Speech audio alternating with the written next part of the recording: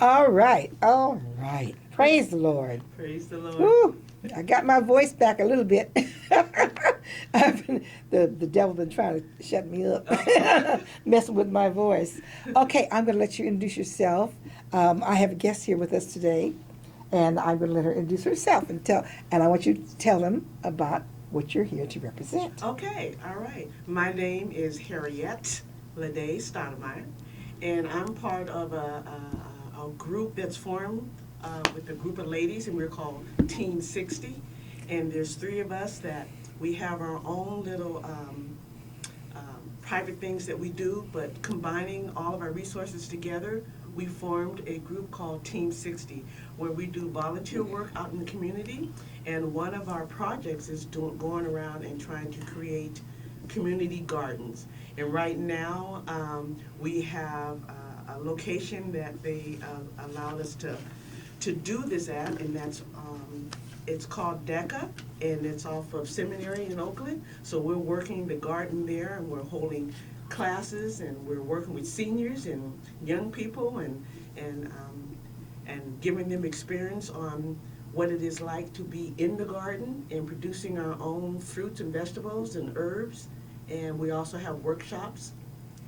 And the other co-founder, I have Grandma Renee, and she's a local here, and she's been in the community going on 50, 60 years, where she's worked in different gardens all over the Bay Area. And then I call her the garden warrior, because she, oh man, you know, one of the workshops that she did at the center was talking about, you know, knowing your dirt, you know, and fertilizing and getting your dirt to know what you're planting and what you're growing, but you need to first start off with your soil and making sure that's rich. And so she's got all these old remedies that she was trained and raised by her grandparents, and she's also written a book. And then we have another co-founder. Her name is Deborah Jones, and I call her the professor because she's the one that, with her knowledge and her ability to take herbs and products and create teas, and I call her, she's the only person I know that can take mud and make water out of it. So I tease her about that. And then there's me. And she's a pastor, right? No, she's not a pastor. She's from, her family is within the church community, which is Love Temple Missionary Church off of Birch in Oakland. That's a little community church that we were in a couple of weeks ago. Yes, Okay. yes, and we had the chance to experience. My part of the group is I'm the creative person that, you know, we work with art projects, because also about healing your body is also good to heal your mind, Right. and to get yourself in a state to where you can relax, and then your natural things that happen in your body happens because you're at a state of peace, you know, and you're feeling right. relaxed and you're calm. And so, you know, we pray, present, and then we paint. And so that was one of our So you're projects. using art Yes, to ma'am. create this state of mind. Yes, and together we just now, and we're going to be opening a art studio to where it's going to be a little private, because we don't want such a big group that we're not connecting. So it's more of seniors, and we are trying to come up with programs to where we're painting with a theme, you know, something that's going to enrich our life, you know, encourage and help with relationships between mothers and daughters, husbands and wives, you know, mothers and within women on women, men with, you know, men understanding men and men understanding women. So it's more of a hands-on, get in the art, develop something, create something, and then talk while you're doing it. Right, So right. we're going to have those groups. And that's just a new art studio that we're opening up, we're working on now. And then we're also hoping that with different projects that I can get help from people who would like to fund or host a paint party till we actually travel, we're mobile. So I'm able to set up anywhere between 30 to 40 people at one time at one location. We would like to go out and do that, but on the inside, we provide more of a private setting, in more of a personal setting. And we're also going to have workshops where you can come out and create your own tea for the different things that you're dealing with health-wise. If you're dealing with, digestive, or you're dealing with high blood pressure, and you just want something that's calming and soothing, we will be having workshops to where you actually come in and create your own tea and understand what the herbs are doing. Because when you get an understanding, you get more of a natural healing on what's actually going on inside of your body. And when your mind can help the physical, it just makes a complete overall understanding within inside of yourself and what's going on. And then you do have the ability to help with that, especially when your mind is right. It's like, okay, I'm taking this because what is it doing? It's helping my blood pressure, or it's helping my digestive system, it's helping me calm, it's helping me think, it's helping me to, we're there to help and assist, and especially because we have decided to band together because we're seniors. We have all this knowledge and we want to pass it on. Plus, we want to engage with other women so we can share and kind of co-op and build each other. Because as we get older, it seems like we work harder, but we want to work harder doing what we enjoy doing. Right, right. Now it's right. about living the life. Exactly, absolutely. Someone put something on Facebook the other day that I shared again because it was so right on and spoke for my life. And it was an elderly lady with her face scrunched up. And she was apparently addressing one of her children. And she says, I'm not cooking nothing. You should have learned while I was doing it. And it was really, it was so right on because I had a hard time backing my children out of expecting me to cook. And it took a good 10 years before they would take me serious and leave me alone. I ain't cooking nothing. Well, And that's what it's about. It's about us getting to our point in our life where we cook when we feel like it. And we don't have to. We have to eat. But hey, there's a lot of ways to have food delivered. Yes. And if if you learn about the food that you're intaking in your body anyway, there's a lot of things you can eat where it doesn't require you to cook. Right.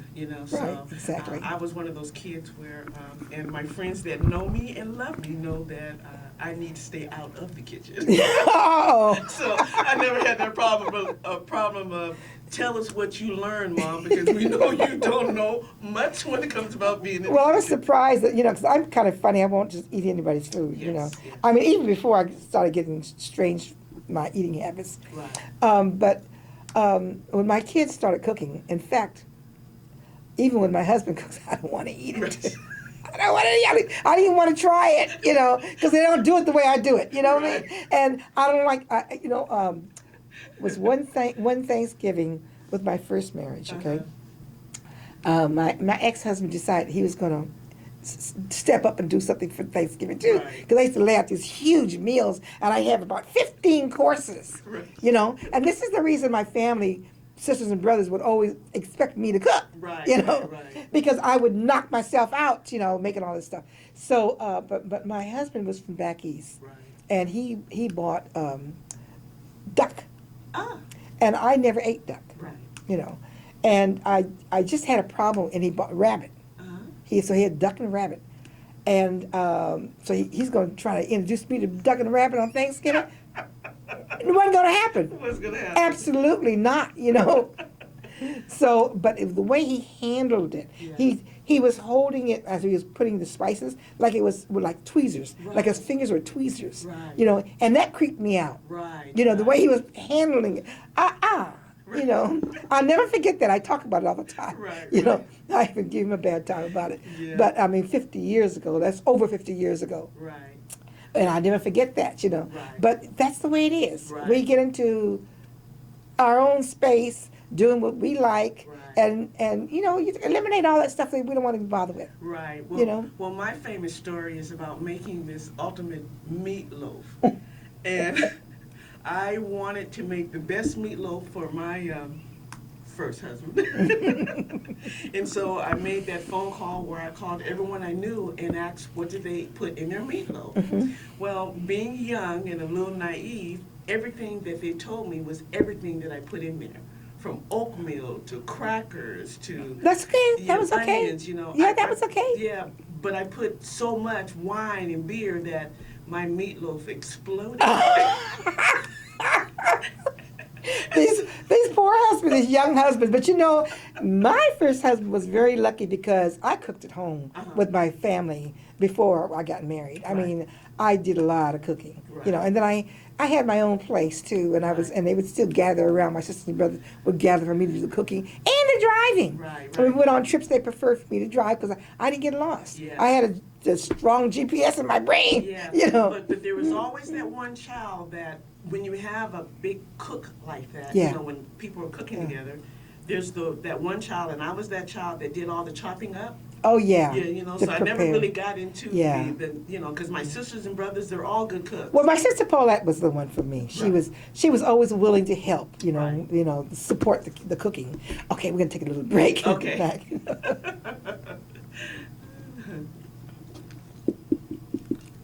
Okay, so he's gonna rewind the tape and get it set up for them because they do a little commercial in between, and then he's gonna plug it back into the intro music, and we can start talking again. Okay. Just pick up where we left off. Okay.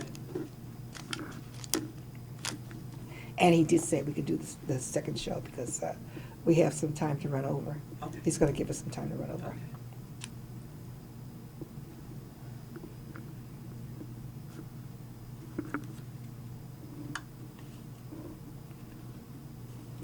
Yeah, I'm telling you, it's great, that when you have the freedom to say, I'm not cooking nothing. Right. Yeah, I'm not cooking nothing. Okay, you can roll it.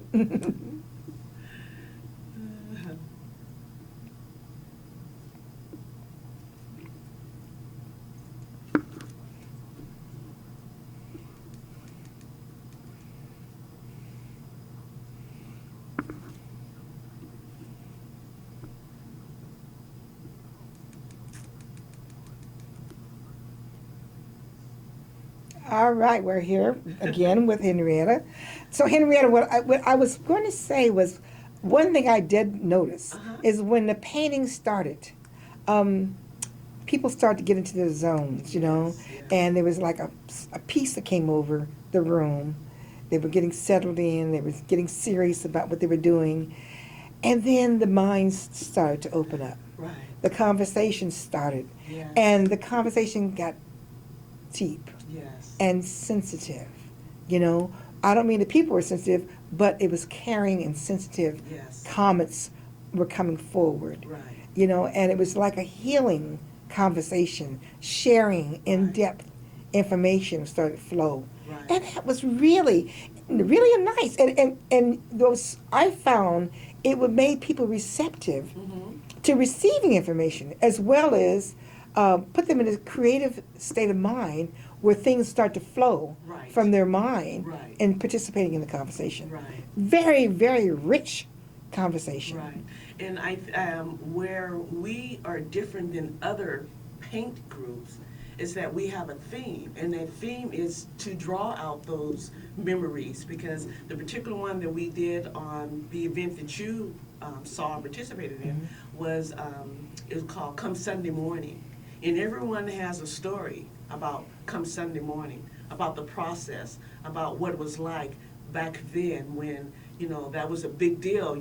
I remember Shirley Temple curls, and back then you had, 3 sets of clothing. You had your school clothes, you had your play clothes, and you had your Sunday clothes. Right. And so Come Sunday Morning was a big deal to prep and get ready for church. And so that was one of the themes, and that was one of the things that allowed them to sit down and reminisce and talked about that special feeling that you had. There's a point in everybody's life. It may be good, it may be bad, but it's still something that you recognize and that you can think about and accept and say, like, yeah, I remember when. So and that's why each event is going to feature something that's going to pull that out of you. A theme. You know, yeah, yeah. So, and you're right. It's so relaxing, and during that time too, Grandma Renee was able to expound on the different things that you eat in the morning that helps you through the day. You know, the different things we take for granted about what the grandparents were growing. You know, teas. I remember tea, the mint teas in the backyard. You know, you wanted to have tea. Go out there and pull up the leaves, you Right, know, right. and then now, for the first time, I was a grown woman before I even saw an okra tree. I didn't know it grew on like a bush. Had no idea. So, you know, and so taking that and meeting with other people and hearing their stories. This is why it's so wonderful to deal with children. Yes. Because I remember when I started learning about how things were growing, Right. you know, and when I started learning about where meat came from, that was a terror, you know. But when it Right. was the vegetables and the beauty of it, Right. the drama Right. of them growing, you know, it's just wonderful, absolutely. Right. And What- it just makes your eyes light up and your brain light up and your kid, Right. you know. And one of our events, we had a painting party for kids at the center where they were painting on rocks. And so we had kids running around afraid of ladybugs. And so it was like, if they get an understanding what a ladybug is, why it's there, and how it's not harmful, you know, for them to appreciate that, you know, bugs are our friends too. You know, to explain to them at that age. Now that I'm older, I still don't like bugs, even though there's a good explanation. Yeah. But you know, I watch from the kitchen window. Yeah. Yeah, as a But kid, I still. had a problem with moths. Really? Yeah, there was the fluttering of the wings bothered me. Yeah. And it was till I was grown when I had to get over it, and Right. that was through the Lord intervention. Right. You know, so I won't go into that long story. But yeah, so it's, you know, Yes. it's you know, no problem now. But I was terrified Wow. to the point where I almost went out a second story window trying to get away from them all. Ooh. Wow. My mother grabbed me as I was going out the window. You know, I was about 12. You know, yeah. Yeah, well. But you know, I'm so glad to hear that she's doing this with the kids and the Yes, seniors. yes. And you know, we have to start growing our own. Yes. From what I understand, we're not going to be able to afford tomatoes Right. because half of our tomatoes are coming from Mexico. Yeah. And from what I understand, they're not going to be Right. very cheap anymore. Right. They're not cheap now, Right. but not the organic stuff that you can get. Right. Mm. I think it's important for you to have control over the food that you're intaking in your body because it's not like it used to be yesterday. Yeah. And so for you to know how, and for us to teach our kids on, you know, what plant, if you had to go in the backyard and you had to survive and pull something to eat, what would you pull? Right. Do you know you can eat dandelions? Do you know you can make a drink out of it? Do you know you can make a soup out of it? You know, potatoes, yams, you know. There's little things that you could, you know, survive for a long period of time, as long as you know how to identify and how even taking scraps from food and replanting it, you know. So, and I'm also learning because I didn't pay, you know, any attention because I think we get a little comfortable thinking that we'll just go to the store. Well, now, you know, there's rumors and gossip about the things that you're buying in the store. It's not always what you think you're buying in the store. Exactly, You know, exactly. so, yeah. A lot of corporations have bought up all of these small farms, and you think it's coming from a small farm where somebody cared and loved, but it's not. It's mass Right. produced by major corporations, and all they care about is that bottom line. Right. You know, so I did start growing tomatoes again. I live upstairs in an apartment, Uh-huh. and there is a yard in the back that I used to have. I built planters, you know, Right. and I had vegetables growing like crazy. Right. There's berries out there and everything. It was wonderful. But new tenants moved in with a new owner, Mhm. and they basically, since they were downstairs, they basically took over the yard, Right. and they don't use it for anything like that. You know, they use it for partying, Right. and so I don't have access to that any longer. But there's a little piece of roof over the storage place Right. that's off the back stairs, and my husband has gone out there and started him a little pot garden. He's got different planters of in fact, I got lettuce that I used in our tacos the other day. Right, You know, right, from these little garden he's got on the roof. Right. So there's ways. And in fact, in the front door, as you come in my front door, there's a little corner there Right. that, on the landing. Very small corner. Right. And I have a narrow planter box there that I planted some tomatoes and some organic tomatoes that I bought from a hardware store. And they grew over 6 feet. Right. And I had no idea they were going to do that. We had to run strings and things and attach it to the ceiling because it was just growing like crazy.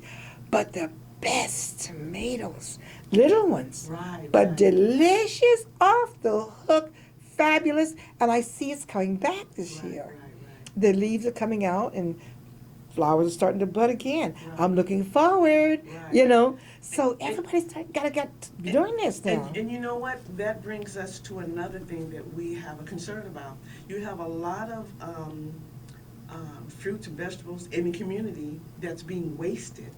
And wouldn't it be wonderful if they could get together and neighbors can exchange? You got an orange tree, you got a lemon tree, you got, an avocado tree, you got things growing in your garden, and there's a lot of food that is naturally growing and available and is wasted because nobody shared. Well, there was a girl.